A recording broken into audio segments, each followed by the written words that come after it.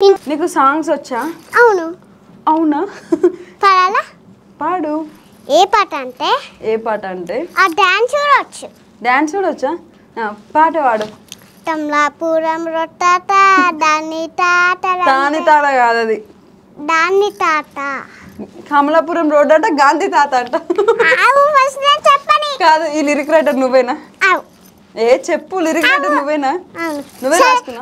ఆమెనే రాసుకుందంట. కమలాపురం రోడ్ అంట, గాంధీ తాత అంట. కమలాపురం రొట్టాట దాని తాత రంపేరి వంటలు తోట ఉంటుండే వన్నేలాడి రావమ్మ వంటలు తోటవా వన్నేలాడి ఎటు వంగ తోటనా? వన్నేలాడి కాదు, ఎక్కడికి రమ్మంటున్నావు? వన్నేలాడి రావమ్మ వంటలు తోటవా. ఎక్కడికి ఎక్కడికి? ఏ తోటకి? దొండావా. దొండావా?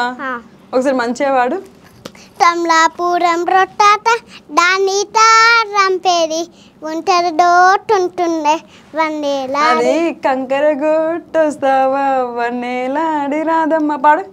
వన్నేలాడి రావమ్మ రాదమ్మ రాదమ్మ ఒంటరి వన్నేలాడి అశ్రితమ్మ.